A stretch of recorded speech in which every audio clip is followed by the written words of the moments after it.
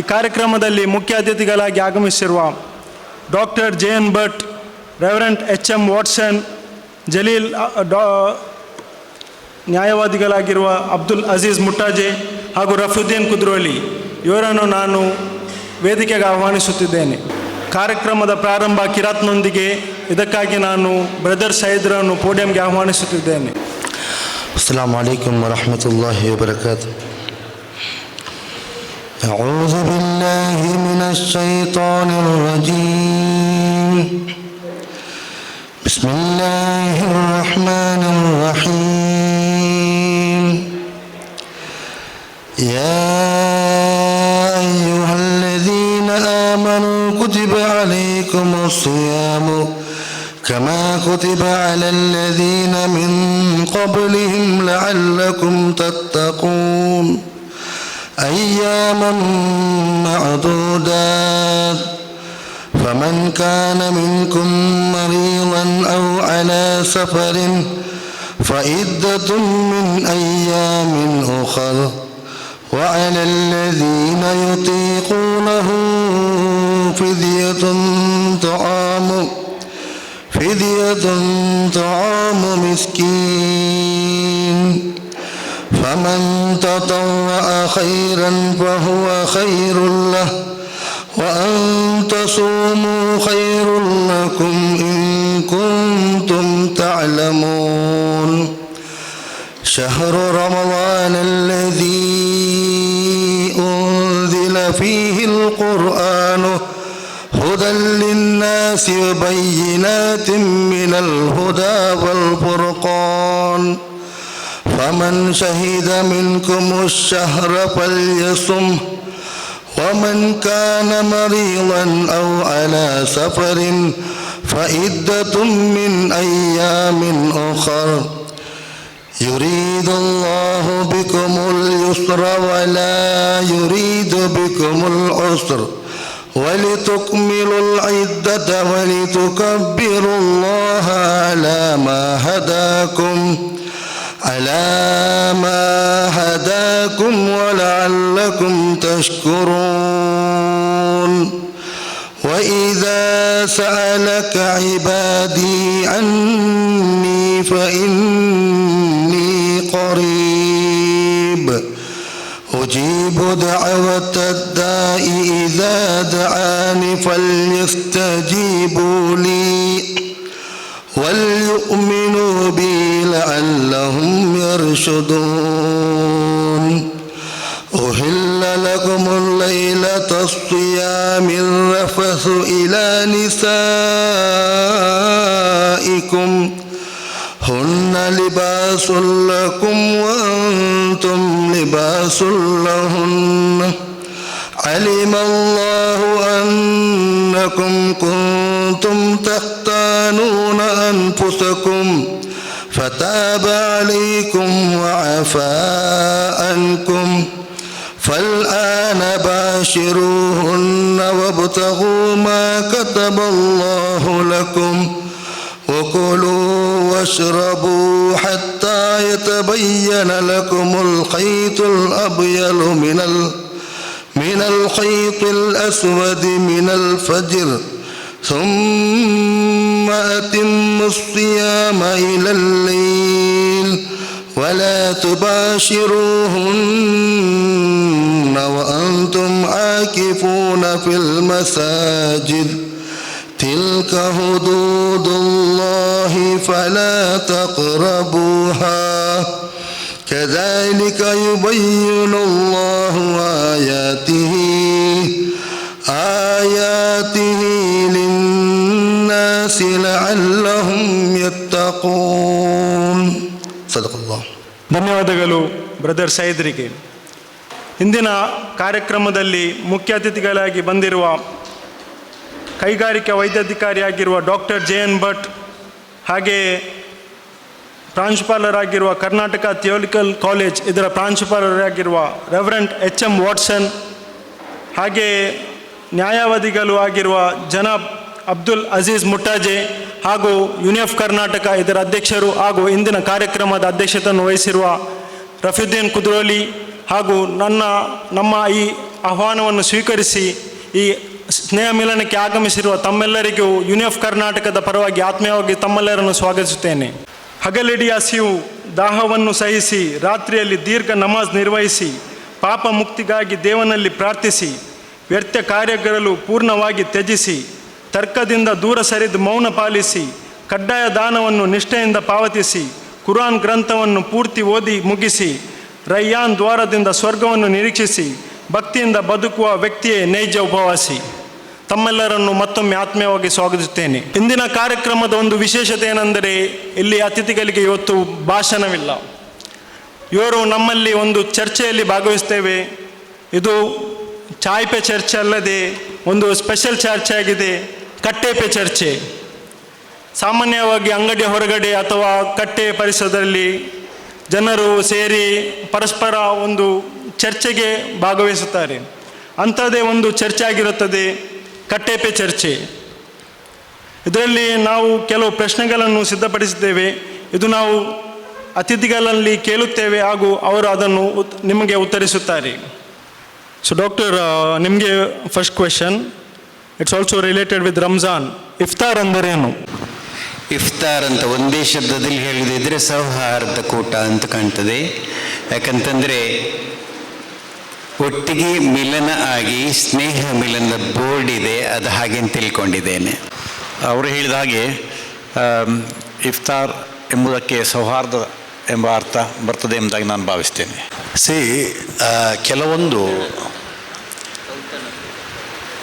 ಕೆಲವೊಂದು ಪದಗಳಿವೆ ಅರಬಿಯಲ್ಲಿ, ಬಹಳ ವರ್ಷಗಳಿಂದ ಅದನ್ನು ನಾವು ಉಪಯೋಗಿಸ್ತಾ ಇದ್ದೇವೆ. ನಮ್ಮ ದೇಶ ಬಾಂಧವರಿಗೆ, ಅಂದರೆ ನಮ್ಮ ಜೊತೆ ಬದುಕುವಂತಹ ಇತರ ಧರ್ಮೀಯರಿಗೆ ಇಸ್ಲಾಮಿನ ಕೆಲವು ಸಾಂಕೇತಿಕ ಪದಗಳ ಅರ್ಥಗಳು ಇಷ್ಟರ ತನಕ ಗೊತ್ತಾಗಲಿಲ್ಲ.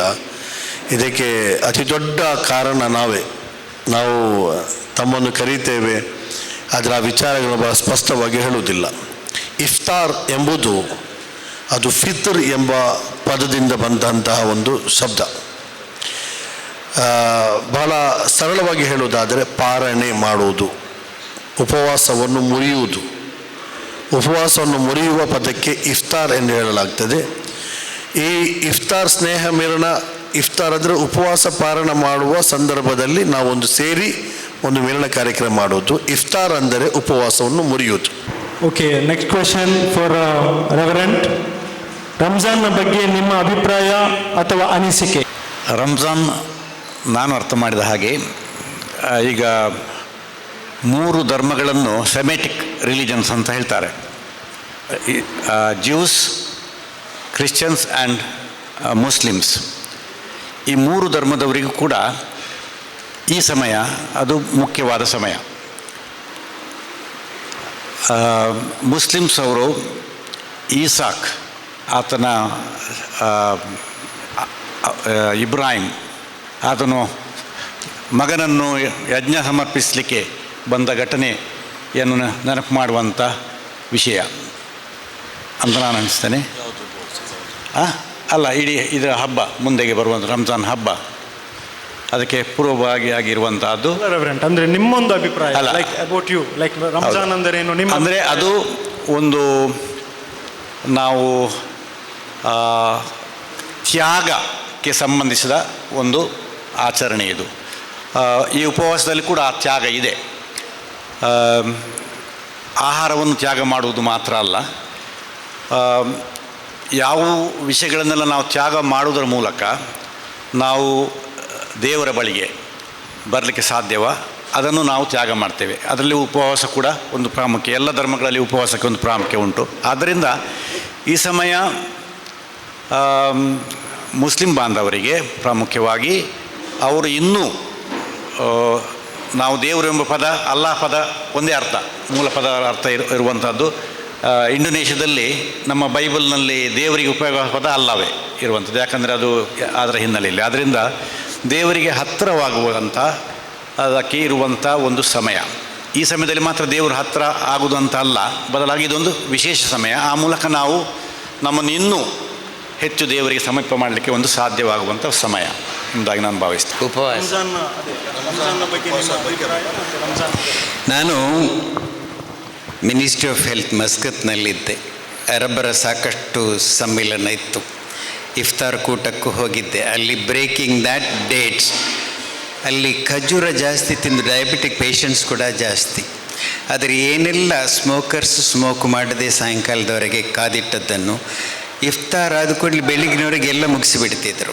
ತಪ್ಪಾಗಿ ತಿಳಿಬಾರ್ದು, ಯಾಕಂದರೆ ಟೆಂಪ್ಟೇಷನ್, ಪ್ರಲೋಭನೆ ಮನುಷ್ಯರನ್ನು ಕಾಡ್ತಾ ಇರ್ತದೆ. ಅದಕ್ಕೋಸ್ಕರ ಉಪವಾಸ ಮಾಡುವುದು ಒಳ್ಳೆಯದೇ. ಯಾವ ಪದ್ಧತಿಯಲ್ಲಿ ಉಪವಾಸ ಉಂಟು, ಹಿಂದೂ ಧರ್ಮದಲ್ಲಿ ಅದನ್ನು ಉಪವಾಸ, ಉಪನದಿ ಇದ್ದ ಹಾಗೆ, ದೊಡ್ಡ ನದಿಗೆ tributary. That way we are talking. Actually living next to God, what you said is also correct. Because ದೇವರ ಚಿಂತನೆಯಲ್ಲಿ ನಾವು ಆ ದಿವಸವನ್ನು ಕಳಿಬೇಕು. Medically speaking there is lot of fasting, 5 days a week or 15 days. Intermittent fasting, diabetic ಪೇಷಂಟ್ಸಿಗೆ ನಾವು ಇದನ್ನು advice ಮಾಡ್ತೇವೆ. ಉಪವಾಸ ಅಂದರೆ ಬರೀ ಆಹಾರ ಬಿಡೋದು ಮಾತ್ರ ಅಲ್ಲ, ಅದರ ಜೊತೆಯಲ್ಲಿ ನೀವು ದೈವಿಕ ಚಿಂತನೆಯಲ್ಲಿ ಬದುಕಬೇಕು. ಅದು ಅಷ್ಟೇ ಮಹತ್ವ ಉಳ್ಳದ್ದು. ಅದನ್ನು ನಾವು ಮಾಡಿದರೆ ಮಾತ್ರ we become more divine, rising from human beings. Thanks. Vasu ಈ ಮುಸಲ್ಮಾನ್ ಸಮುದಾಯಕ್ಕೆ ಸಂಬಂಧಿಸಿದಂತೆ ಒಂದು ಪವಿತ್ರವಾದ ತಿಂಗಳಾಗಿರ್ತದೆ.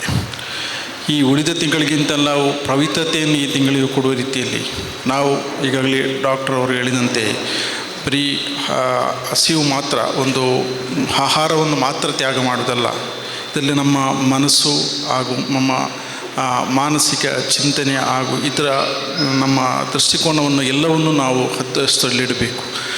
ಈ ತಿಂಗಳಲ್ಲಿ ನಾವು ದೇವರ ಹತ್ರ ಪ್ರಾರ್ಥನೆ ಎಲ್ಲ ತಿಂಗಳಲ್ಲಿ ಮಾಡೋದಕ್ಕಿಂತಲೂ ಕೂಡ ಈ ತಿಂಗಳಲ್ಲಿ ಹೆಚ್ಚಿನ ಮಹತ್ವವನ್ನು ಈ ಪ್ರಾರ್ಥನೆಗೆ ಕಲ್ಪಿಸಿದ್ರಿಂದ ದೇವರೆಡೆಗೆ ಹೆಚ್ಚಿನ ಮಹತ್ವವನ್ನು ಕೊಟ್ಟು ಪ್ರಾರ್ಥನೆಯಲ್ಲಿ ಮಗ್ನರಾಗಬೇಕು.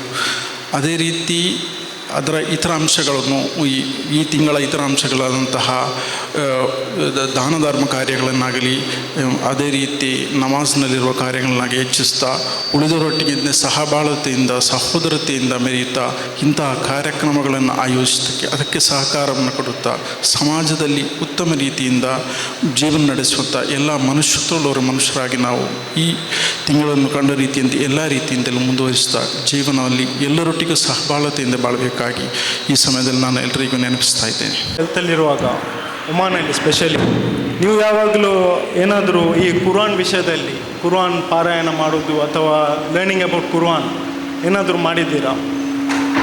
2 ಸಲ ಓದಿದ್ದೆ. ಕುರಾನ್ ಓದಿದವ್ರ ಹತ್ರ ಮಾತನಾಡ್ತಿದ್ದೆ. ನಾನು ಹೆಚ್ಚಾಗಿ ಸಂತೋಷದಲ್ಲಿರ್ತೇನೆ. ಅದನ್ನು ಹೇಗೆ ಕಾಪಾಡೋದು ಅಂತ ಹೇಳಿದಾಗ ಅಲ್ಲಿ ಅವರು ಕೆಲವು ಸಲ ನಮ್ಮ ಕನ್ನಡದಲ್ಲಿ ಪಟ್ಟಿಂಗ ಇಲ್ಲಿ ಬಾ ಅಂತ ಹೇಳ್ತಿದ್ರಲ್ಲ, ಅಂದರೆ ಒಳ್ಳೆಯವನನ್ನು ಪಟ್ಟಿಂಗ ಅಂತ ಕರೆಯೋದು. ಹಾಗೆ ಅವರು ನನ್ನ ಕೆಲವು ಸಲ ಇಂಥ ಶೈತಾನ್, ಮುನಾಫೇಕ್ ಹಾಗೆಲ್ಲ ತಮಾಷೆ ಮಾಡ್ತಾಯಿದ್ರು. ನಾನಂದರೆ ಅವ್ರ ಹತ್ರ ಬಹಳ ಸಹಜವಾಗಿ ವರ್ತಿಸ್ತಿದ್ದೆ. ಅಲ್ಲಿ ಆ ಸುರುವಿಗೆ ಡಿಸ್ಟೆನ್ಸ್ ಮೇಂಟೈನ್ ಮಾಡಿದರು. ನೀವು ಸ್ನೇಹ ಪ್ರವೃತ್ತಿಯಲ್ಲಿ ಉಳಿದವರ ಹತ್ರ ಮಾತಾಡುವಾಗ ಅವಳು ಸಹಜವಾಗಿ ನಿಮ್ಮನ್ನು ಪ್ರೀತಿಸಿ ಕೆಲವು ವಿಷಯಗಳನ್ನು ಮಾತಾಡಿದ್ದುಂಟು. ಪರ್ಟಿಕ್ಯುಲರ್ಲಿ ಅಲ್ಲಿ ರಂಜಾನ್ ಟೈಮಲ್ಲಿ ಫಾಸ್ಟಿಂಗಲ್ಲಿ I was head of the hospital and health centre affairs. ತುಂಬ ರೀಜನಲ್ ಡೈರೆಕ್ಟರ್ ಒಟ್ಟಿಗೆ ಎಲ್ಲ ಟ್ರಾವೆಲ್ ಮಾಡಲಿಕ್ಕೆ ಹೋಗ್ತಿತ್ತು. ಆವಾಗ ಮಾತಾಡ್ತಾ ಇದ್ದರು ಅವರು ಕೆಲವು ವಿಷಯಗಳನ್ನು. ಆದರೆ ಕೆಲವು ಸಲ ಮುಖ ತೊಳೆಯುವ ಇದರಲ್ಲಿ ನೀರು ಕುಡಿತಿದ್ರು, ಕದ್ದು ಮುಚ್ಚಿ ಆಹಾರವನ್ನು ತಿಂತಿದ್ರು. ಅಂದರೆ ಎಲ್ಲ ಸಭ್ಯಸ್ಥರ ಜೊತೆಯಲ್ಲಿ ತಪ್ಪಾಗಿ ಖಂಡಿತ ತಿಳಿಬಾರ್ದು. ಅಡ್ಡದಾರಿ ನೇರ ದಾರಿಯೊಟ್ಟಿಗೆ ಬೈಪಾಸ್ ಇದ್ದೇ ಇರ್ತದೆ. ಹಾಗಾಗಿ ಕೆಲವು ಶಬ್ದಗಳು ಮಾತ್ರ ನನ್ನ ತಲೆಯಲ್ಲಿ ಉಳಿದದ್ದು ಮತ್ತೆ ಸಂದರ್ಭ ಬಂದಾಗ ಮಾತಾಡ್ತೇನೆ. ಜಹಾತ್ ದೇವರೊಟ್ಟಿಗೆ ಇರಬೇಕಾದ ಒಂದು ಅವಶ್ಯಕತೆ, ಆಮೇಲೆ ಫ್ಯಾಮಿಲಿ ಲೆವೆಲಲ್ಲಿ ಕುಟುಂಬದ ಹಾಗೆ ಎಲ್ಲದರನ್ನು ನೋಡಿಕೊಳ್ಬೇಕು. ಪ್ರಾಫಿಟ್ನ ಬಗ್ಗೆ ಇರುವ ಅಭಿಪ್ರಾಯ, ಅದನ್ನು ಹೊಂದಿಕೊಂಡು ಬದುಕಬೇಕು. Another thing is resurrection. ಕ್ರಿಶ್ಚಿಯಾನಿಟಿಯಲ್ಲಿದ್ದ ಹಾಗೆ ರಿಸರೆಕ್ಷನ್ ಬಗ್ಗೆ ನಂಗೆ ಗೊತ್ತಿತ್ತು. ಆದರೆ ಕೆಲವು ವಿಷಯಗಳನ್ನು ಅದು ರಾಜಕೀಯವಾಗ್ತದೆ ಮಾತಾಡಿದರೆ, ಹಾಗಾಗಿ ಮಾತಾಡಲಿಕ್ಕೆ ಹೋಗೋದಿಲ್ಲ. ಒಳಗೊಳಗಿನ ಜಗಳಗಳಲ್ಲಿ ನಾನು ಅದನ್ನೇ if you don't mind you can openly speak. It's open mind. Open mind, ಹೌದು, ಕರೆಕ್ಟ್. ಯಾವಾಗ ನಾವು ವಾದದಲ್ಲಿ ಗೆಲ್ಲಿಕ್ಕೆ ಹೋಗ್ತೇವೆ ಮನುಷ್ಯರನ್ನು ಕಳ್ಕೊಳ್ತೇವೆ. ಅದಕ್ಕೋಸ್ಕರ ನಾವು ಇದು ಆ್ಯಕ್ಚುಲಿ ಸ್ಪೀಕಿಂಗ್, ಕುವೈಟ್ ಸದ್ದಾಮ್ ಅನೆಕ್ಸೇಷನ್ ಟೈಮಲ್ಲಿ ನಾವೆಲ್ಲ ತುಂಬ ಗಡಿಬಿಡಿಲಿದ್ದೆವು. ಆಗ ಎಲ್ಲ ಮನೆಯಲ್ಲಿ ಕೂಡ ಕುರಾನನ್ನು ಓದ್ತಿದ್ದೆವು. ಆವಾಗ ನಮಗೆ ಬಂದು ಸಹಕಾರ ಮಾಡ್ತಿದ್ರು. ಕೆಲವರು ನಮ್ಮೊಟ್ಟಿಗೆ ಆಶ್ರಯ ತಗೊಳ್ತಾ ಇದ್ದರು. ಬೆಹರೀನ್ ಮತ್ತು ಕುವೈಟ್ ಮತ್ತು ಸದ್ದಾಮ್ನ ಒಟ್ಟಿಗಾಗಿ ಸಲ್ತನೇಟ್ ಆಫ್ ಒಮಾನ್ನ ಸುಲ್ತಾನ್ ಕಾಬೂಸ್ ಪ್ರೈವೇಟಾಗಿ ಹೋಗಿ ಅವರ ಹತ್ರ ಮಾತಾಡಿ ಬಂದು ತುಂಬ ಗೌರವಿಸ್ತೇನೆ ನಾನು. ಯಾಕಂದರೆ ಒಳ್ಳೆ ಜನರು ಎಲ್ಲ ಕಡೆಯಲ್ಲೂ ಇರ್ತಾರೆ. ಆದರೆ ಒಳ್ಳೆ ಜನರ ಜೊಟ್ಟಿಗೆ ಕೆಲವರು ಸಹವಾಸ ದೋಷದಿಂದ ತಿಳ್ಕೊಂಡ ವಿಷಯನ ಸಾಕಷ್ಟು ತಿಳ್ಕೊಳ್ಳದೇ ಇದ್ದದ್ರಿಂದ, ಅದರ ಬಗ್ಗೆ ಅವರವರ ನಂಬಿಕೆ ಅಸ್ಥಿರವಾಗಿದ್ದದ್ರಿಂದ ಕೆಲವು ಸಲ ಬೇರೆ ಬೇರೆ ರೀತಿಯಲ್ಲಿ ವರ್ತಿಸಿದ್ದುಂಟು. ಯಾವುದು ಒಳ್ಳೆಯದಂತ ಗೊತ್ತಿದ್ರು ಅದನ್ನು ಮೀರಿ ನಿಲ್ಲುವ ಒಂದು ಮನಸ್ಸಿನ ಪ್ರಲೋಭನೆ, ನಾನು ಹೇಳಿದಲ್ಲ, temptation. That's the biggest problem in any human beings. To B A good human being, ಒಳ್ಳೆ ಮನುಷ್ಯರಾಗಬೇಕಾದ್ರೆ ಒಳ್ಳೆಯವರ ಸಂಪರ್ಕ ಬೇಕು. ಅದಕ್ಕೆ ಹಿಂದೂವಿನಲ್ಲಿ ಸತ್ಸಂಗತ್ವೇ ನಿಸ್ಸಂಗತ್ವಂ, ನಿಸ್ಸಂಗತ್ವೇ ನಿರ್ಮೋಹತ್ವಂ. ಒಳ್ಳೆಯವರ ಜೊತೆಗೆ ಬೆರೆತಾಗ ಮಾತ್ರ ನೀವು ಒಳ್ಳೆಯವರಾಗಿರ್ತೀರಿ. ಉದಾಹರಣೆಗೆ ಒಂದು ವೈನ್ ಮರ್ಚೆಂಟ್ನೊಟ್ಟಿಗೆ ಒಳ್ಳೆಯ 10 ದಿನ ವಾಕಿಂಗ್ ಹೋದರೆ ಇವ ಸಹ ಕೆಟ್ಟೋದು ಅಂತಲೇ ತಿಳ್ಕೊಳ್ತಾರೆ. ಹಾಗಾಗಿ ನಿಮ್ಮ ಸತ್ಸಂಗ ಯಾವರ ಜೊತೆಗೆ ನೀವು ಮೆರೀತೀರಿ, ಮಾತನಾಡ್ತೀರಿ, ಅದು ನಿಮ್ಮ ಮೇಲೆ, ವರ್ಚಸ್ಸಿನ ಮೇಲೆ ತುಂಬ ಪ್ರಭಾವ ಬೀರ್ತದೆ.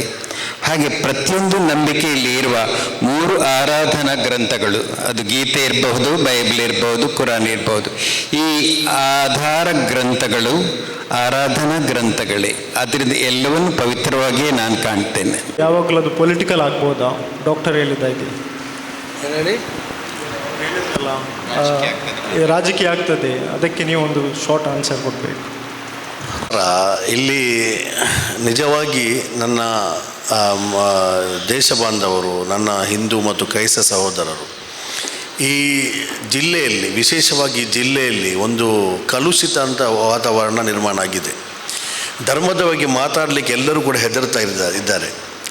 ಯಾರ ಧರ್ಮ ಬಗ್ಗೆ, ಇತರ ಧರ್ಮ ಬಗ್ಗೆ ಪ್ರಶ್ನೆ ಕೇಳೋದು ಕೂಡ ಒಂದು ಅಪರಾಧ ಎಂಬ ನೆಲೆಯಲ್ಲಿ ಇಲ್ಲಿ ಜನರು ನೋಡ್ತಾರೆ. ಆದ್ದರಿಂದ ಆ ವಾತಾವರಣವನ್ನು ತಿಳಿಗೊಳಿಸುವಂಥ ಒಂದು ವ್ಯವಸ್ಥೆ ಇದು.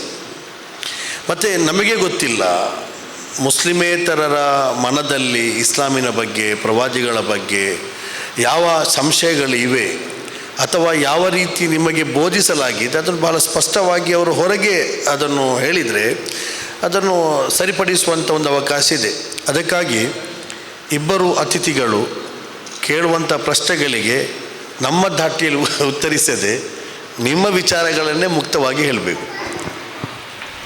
ಓಕೆ ರತ್ನೆ, ಇಸ್ಲಾಂ ಅಂದರೇನು ನಿಮ್ಮ ಅಭಿಪ್ರಾಯ? According to you, what is Islam? ವರ್ಡಿದ್ದು ಅರ್ಥವ ಅಥವಾ ಜನರಲ್ ಅರ್ಥವ? ಇಸ್ಲಾಂ, ಇಸ್ಲಾಂ ಎಂಬ ಪದದ ಅರ್ಥ ನಾನು ಗ್ರಹಿಸಿದ ಹಾಗೆ ದೇವರಿಗೆ ಸಂಪೂರ್ಣ ಶರಣಾಗತಿಯಾಗುವಂಥ ಅರ್ಥ. ದೇವರಿಗೆ ಸಂಪೂರ್ಣವಾಗಿ ಶರಣಾಗತಿಯಾಗುವಂಥದ್ದು ಅಂಥೇಳಿ ನನ್ನನ್ನು ನಾನು ಸಂಪೂರ್ಣವಾಗಿ ದೇವರಿಗೆ ಒಪ್ಪಿಸಿಕೊಡ್ಬೋದು. ನಾನಿಲ್ಲಿ ದೇವರು ಎಂಬ ಪದ ಉಪಯೋಗಿಸ್ತೇನೆ, ಅದು ಅಲ್ಲ ಎಂಬ ಪದಕ್ಕೆ ಅಥವಾ ಭಗವಂತ, ಈ ಎಲ್ಲ ಪದ ಒಂದೇ ಅರ್ಥ ಇರುವಂಥದ್ದು. ಆದ್ದರಿಂದ complete surrender an to god ಎಂಬುದು ನನ್ನ ಅರ್ಥ. ಅದನ್ನು ಸರಳವಾಗಿ ಹೇಳುತ್ತಾರೆ. ಇಸ್ಲಾಂ ಪ್ರವಾದಿ ಮೊಹಮ್ಮದ್ ಸಲ್ಲಲ್ಲಾಹು ಅಲೈಹಿ ವಸಲ್ಲಂರಿಂದ ಹುಟ್ಟಿದ ಅಥವಾ ಸ್ಥಾಪನೆಗೊಂಡ ಧರ್ಮ ಅಂತ ಕೆಲವರ ಒಂದು ಅಭಿಪ್ರಾಯ ಇದೆ. ಇದಕ್ಕೆ ಇದು ಎಷ್ಟರ ಮಟ್ಟಿಗೆ ಸರಿ? ಪೂರ್ಣವಾಗಿ ಹೇಳುವುದಿದ್ದರೆ ಇಸ್ಲಾಂ ಧರ್ಮವು ಬಂದ ನಂತರ ಪ್ರವಾದಿಯವರಿಂದಲೇ ಅದು ಸ್ಪಷ್ಟ ರೂಪವನ್ನು ಪಡೀತೆ ಅಂತ ಹೇಳ್ಬೋದು. ಪ್ರವಾದಿಯವರಿಂದ ಇಸ್ಲಾಂ ಧರ್ಮಕ್ಕೆ ಒಂದು ಸ್ಪಷ್ಟವಾದ ರೂಪವನ್ನು, ಇಸ್ಲಾಂ ನೀತಿ ಯಾವ ರೀತಿ ಜನರು ಬದುಕಬೇಕು, ಯಾವ ರೀತಿಯಿಂದ ಜನರ ಕಾರ್ಯಗಳು ದೀನ್ ಧರ್ಮದಲ್ಲಿ ಮುಂದೂಡಬೇಕೆಂಬುದನ್ನು ಪ್ರವಾದಿಯವರಿಂದಲೇ ಅದು ಸ್ಪಷ್ಟ ನಡೀತು. ಹಲವಾರು ಪ್ರವಾದಿಗಳು ಮೊದಲು ಬಂದಿದ್ದರೂ ಕೂಡ ಪ್ರವಾದಿ ನಬಿ ಸಲ್ಲಲ್ಲಾಹು ಅಲೈಹಿ ವಸಲ್ಲಂ ನಂತರ ಇಸ್ಲಾಂ ಒಂದು ಪೂರ್ಣ ರೂಪವನ್ನು ಪಡೀತು ಅಂತ ಹೇಳ್ಬೋದು. ಪ್ರಶ್ನೆ, ಪ್ರಸ್ತುತ ವಿದ್ಯಮಾನದಲ್ಲಿ ಇಸ್ಲಾಮಿನ ಬಗ್ಗೆ ತಮಗೆ ಹೆಚ್ಚು ಅಚ್ಚುಮೆಚ್ಚಿನ ವಿಷಯಗಳು ಯಾವುದು? ನಾವೆಲ್ಲರೂ ಒಂದೇ, ಆದರೆ ಅದನ್ನು ಬರೀ ಬಾಯಲ್ಲಿ ಹೇಳುವುದಲ್ಲ, ಅನುಭವಿಸಬೇಕು. ಗಾಳಿ, ಬೆಳಕು, ನೀರು ಎಲ್ಲವೂ ಫ್ರೀಯಾಗಿ ಸಿಗ್ತದೆ. ಆದರೆ ಎಲ್ಲದಕ್ಕೂ ನಾವು ದುಡ್ಡು ಕೊಡ್ತೇವೆ. ಹಾಸ್ಪಿಟ್ಲಿಗೆ ಹೋದರೆ ಗಾಳಿಗೆ ದುಡ್ಡು ಕೊಡಬೇಕು, ಕಾರ್ಪೊರೇಷನ್ ದುಡ್ಡು ಇದಕ್ಕೂ, ಎಲೆಕ್ಟ್ರಿಸಿಟಿಗೆ. ಹಾಗಾಗಿ ಪ್ರಕೃತಿಯಲ್ಲಿ ಏನೆಲ್ಲ ಲಭ್ಯವೋ ಅದನ್ನು ನಾವು ಆಸ್ವಾದಿಸಲಿಕ್ಕೆ, ಅನುಭವಿಸಲಿಕ್ಕೆ ಶಕ್ತರಾಗುವಾಗ ಪ್ರಕೃತಿಗೆ ನಾವು ಒಂದು ರೀತಿಯಲ್ಲಿ ಕೃತಜ್ಞರಾಗಿರಬೇಕು. ಇದು ಎಲ್ಲ ಇದರಲ್ಲಿ ಹೌದು. ಇಸ್ಲಾಮಲ್ಲಿ ಕೂಡ ಹಾಗೆ. ಅಲ್ಲಿ ಝಕಾತ್ ಅಂತ ಹೇಳುವಾಗ ಒಂದು ಪ್ರಾಮಾಣಿಕವಾದ ದಾನ ಧರ್ಮಗಳು ಇರುವ ಆ ಒಂದು ಪ್ರತ್ಯಯದಲ್ಲಿ ನಾವು ಬೆಳೆದುಕೊಂಡು ಹೋಗೋದು ಬಹಳ ಒಳ್ಳೆ. ಮತ್ತು ಹಾಗೆ 3 ಶಬ್ದಗಳು, ನಾನು ಏನನ್ನು ತೌಹೀದ್, ಏಕದೇವೋಪಾಸನೆ, ಅಖೀರತ್, ಪರಲೋಕ ಜೀವನ, ಇದರ ಬಗ್ಗೆ ಕೂಡ ನಾನು ತಿಳ್ಕೊಂಡಿದ್ದೆ. ಆದರೆ ಆಚರಣೆ ಕ್ರಮದಲ್ಲಿ ವಿಭಿನ್ನವಾಗಿ ನಾವು ಒಂದು ರೀತಿಯಲ್ಲಿ ನೋಡ್ತೇವೆ. ಯಾಕಂದರೆ ಆಧಾರ ಯಾವುದನ್ನು ನಾವು ನಂಬಿಕೊಂಡು ಬೆಳೀತೇವೋ ಆ ಆಧಾರವನ್ನು ಆಗಾಗ ಬದಲಿಸಲಿಕ್ಕೆ ಆಗುವುದಿಲ್ಲ. ಅದಕ್ಕೆ ಸ್ವಧರ್ಮೇ ನಿಧನಂ ಶ್ರೇಯ ಪರಧರ್ಮೋ ಭಯಾವಹ ಅಂತ. ನೀನು ಏನನ್ನು ತಿಳ್ಕೊಂಡದ್ದನ್ನು ಆಚರಣೆಯಲ್ಲಿ, ಅನುಷ್ಠಾನದಲ್ಲಿ ತಂದು ಆಮೇಲೆ ನೀನು ಉತ್ತಮ ಮನುಷ್ಯನಾಗುವಂತ. ಅದು ಎಲ್ಲ ಧರ್ಮದಲ್ಲಿ ಇರುವುದರಿಂದ ಇಸ್ಲಾಮಲ್ಲಿ ಕೂಡ ಹಾಗೆ. ಇಟ್ ಫಾರ್ ಪೀಸ್, ಶಾಂತಿ, ದೂತರು, ಶಾಂತಿ ಎಲ್ಲೂ ಹೌದು. ಆದರೆ ಯಾಕೆ ಈ ವ್ಯತ್ಯಾಸಗಳು, ವೈಪರೀತ್ಯಗಳು ಅಂತ ಕೇಳಿದರೆ ನನ್ನ ಹತ್ರ ಉತ್ತರ ಇಲ್ಲ. ಯಾಕಂತಂದರೆ ಒಂದು ಸಲ ಮಸ್ಕತ್ತಲ್ಲಿ ಬೀಚಲ್ಲಿ ನಡೀತಾ ಹೋಗುವಾಗ ಎಲ್ಲರೂ ಅಲ್ಲಿ ಉದ್ದಂಗಿ ಹಾಕ್ಕೊಂಡು ಹೋಗ್ತಾರೆ, ಯಾರು ಏನಂತ ಗೊತ್ತಾಗಲಿಲ್ಲ, ದಾಶದಲ್ಲಿ. ಇದ್ದಕ್ಕಿದ್ದಾಗ 2 ಹಿಂದೂಗಳನ್ನು ತಂದು ಶೋ ಯುವರ್ ಐಡೆಂಟಿಟಿ ಕಾರ್ಡ್ ಅಥವಾ ನೀ ಬತಾಕ ಅಲ್ಹಮ್ದುಲಿಲ್ಲ ಹೇಳಿದರೆ ಅವರು ಅರೆಸ್ಟ್ ಮಾಡಿ ಕರ್ಕೊಂಡೋದ್ರು. ಯಾಕೆ ಅಂತ ಕೇಳಿದರೆ, ನೀವು ಕುವೈಟ್ ಮತ್ತು ಸದ್ದಾಂ ಹುಸೇನ್ನ ವಿಷಯವನ್ನು ಬೀಚಲ್ಲಿ ಯಾಕೆ ಮಾತಾಡೋದು? ಅದಕ್ಕೆ ನೋಡಿಕೊಳ್ಳಿಕ್ಕೆ ನಮ್ಮ ವ್ಯವಸ್ಥೆ ಉಂಟು, ರಾಜರಿದ್ದಾರೆ, ಈ ಅಧಿಕ ಪ್ರಸಂಗ ನಿನಗೆ ಯಾಕೆ ಅಂತ. ಹಾಗಾಗಿ ಎಷ್ಟು ಬೇಕಾ ಅಷ್ಟನ್ನೇ ಮಾತಾಡಲಿಕ್ಕೆ ಕಲಿತ್ರೆ ಮಾತು ಒಳ್ಳೆಯದು, ಮೌನ ಇನ್ನೂ ಒಳ್ಳೆಯದು ಕೆಲವು ಸ್ಥಿತಿಯಲ್ಲಿ. ಹಾಗಾದ್ರಿಂದ ಇಲ್ಲಿ ಇರುವ ಆ ಒಂದು freedom of to talking, that is also not fair ಅಂತ ಅನಿಸ್ತದೆ ನನಗೆ. ಇಷ್ಟೊಂದು ಸ್ವಲ್ಪ ಮಾತಿಗೆ ಕಂಟ್ರೋಲ್ ಇಲ್ಲದೆ ಏನೇನೋ ಬಾಯಿಗೆ ಬಂದದ್ದು ಮಾತಾಡುವಾಗ ತಪ್ಪಾಗಿ ತಿಳಿಬಾರ್ದು. ದುಬೈಲಿರೋ ಒಂದು ನಾಯಿ ಊರಿಗೆ ಬಂದಾಗ ಯಾರೋ ಕೇಳಿದಂತೆ ಎಲ್ಲ ಬಿಟ್ಟು ಇಲ್ಲಿ ಯಾಕೆ ಬಂದಿ ನೀನು, ಅಲ್ಲಿ ಎಷ್ಟು ಚಂದ ಫುಡ್ಡು, ಎಲ್ಲ ಕ್ಲೀನು, ಚಂದ ಮಲಗಲಿಕ್ಕೆ ವ್ಯವಸ್ಥೆ, ನಿನ್ನ ಓನರ್ ಒಳ್ಳೆದಿದ್ದಾರೆ, ಎಲ್ಲ ಹೌದು. ಆದರೆ ಬಕ್ಕು ಅಂತ ಅಲ್ಲಿ ನನಗೆ ಹೇಳಲಿಕ್ಕೆ ಆಗೋದಿಲ್ಲ. ಅದಕ್ಕೋಸ್ಕರ ಇಲ್ಲಿ ಬಕ್ಕು ಎಷ್ಟು ಸಹ ಹೇಳ್ಬೋ ಅಂತ. ಹಾಗಾಗಿ ನಮ್ಮ ಫ್ರೀಡಮಲ್ಲಿ ನಾವು ಸ್ವಲ್ಪ ಗಮನ ಇಟ್ಟು, ಶಿಸ್ತು ಪಾಲಿಸಿ, ಉಳಿದವರಿಗೆ ಗೌರವ ಇಟ್ಟು ಬೆಳೆಯುವುದನ್ನು ಕಲಿತರೆ ಸೌಹಾರ್ದ, ಸಾಮರಸ್ಯ ಬಂದೇ ಬರುತ್ತದೆ. ಇಸ್ಲಾಮಿನ ಕುರಿತು ಅಥವಾ ಮುಸಲ್ಮಾನರ ಬಗ್ಗೆ ನೋವುಂಟು ತರುವ ಅಥವಾ ಇಷ್ಟ ಇಲ್ಲದ ವಿಷಯ ಏನಾದರೂ ಉಂಟೆ? ಮುಸಲ್ಮಾನರ ಬಗ್ಗೆ ಅಥವಾ ಇಸ್ಲಾಮಿನ ವಿಷಯದಲ್ಲಿ ಯಾವುದಾದರೂ ನೋವು ತರುವಂಥದ್ದು ಯಾವುದಾದ್ರೂ ವಿಷಯ ಬಗ್ಗೆ ಅಲ್ಲ, ಮುಸ್ಲಿಮರ ಬಗ್ಗೆ ನೀವು ಇಷ್ಟಪಡದ ವಿಷಯ ಯಾವುದು? ನೋವು ತರುವಂಥ ವಿಷಯ. We are carried away by the ಅಂಥದ್ದು ಸ್ಟೀರಿಯೋಟೈಪ್ ಸೇಯಿಂಗ್ ಉಂಟು. ಅದು ನಾನು ಇದಕ್ಕೆ ಉತ್ತರಕ್ಕೆ ನೇರ ಉತ್ತರ ಅಲ್ಲದಿದ್ದರೂ ಏನಂತ ಹೇಳಿದರೆ ಈಗ ನೋಡಿ ಹೇಳುವಂಥದ್ದು, Muslims are not terrorist but all terrorists are Muslims. Such stereotype sayings ಅದು ಅಂದರೆ ನಾವು ಮುಸ್ಲಿಮಿಂದ ಹೊರಗಿರುವವರಿಗೆ ಕೂಡ ಮನಸ್ಸನ್ನು ಒಂದು ಅವರ ಕಡೆಗೆ ನಕಾರಾತ್ಮಕವಾಗಿ ಮಾಡುವಂಥ ವಿಷಯ. ಆದರೆ ಅದು ನಾನು ಒಪ್ಪುವುದಿಲ್ಲ. ಹೇಗೆ ಸರ್? ಸೊ ಅದು ನೀವು ಕಂಡಮ್ ಮಾಡ್ತೀರಿ? ಹೌದು, ನಾನು ಅದನ್ನು ಒಪ್ಪುವುದಿಲ್ಲ. ಯಾಕಂತ ಹೇಳಿದರೆ ಟೆರರಿಸ್ಟ್ ಎಲ್ಲದರಲ್ಲಿ ಇದ್ದಾರೆ. ಆಮೇಲೆ ಹೆಚ್ಚಿನ ಕಡೆಗಳಲ್ಲಿ ಈಗ ನಮ್ಮ ದೇಶದಲ್ಲಿ ಈಗ ರಾಜಕೀಯ ಮಾತಾಡಬಾರ್ದಂತ ಹೇಳಿದ್ದೇವೆ, ಆದರೆ ನಮ್ಮ ದೇಶದ ಪರಿಸ್ಥಿತಿ ನಾವು ಹೇಳಬೇಕಾಗ್ತದೆ. ಏನಂತ ಹೇಳಿದರೆ, ಏನೋ ಗಲಾಟೆ ಮಾಡಿ ಮುಸ್ಲಿಮರ ಮೇಲೆ ಹಾಕುವಂಥದ್ದು ಉಂಟು, ಅಲ್ಲಿ ಮಾಡಲಿಕ್ಕೆ ಆಗಿರುವಂಥದ್ದು.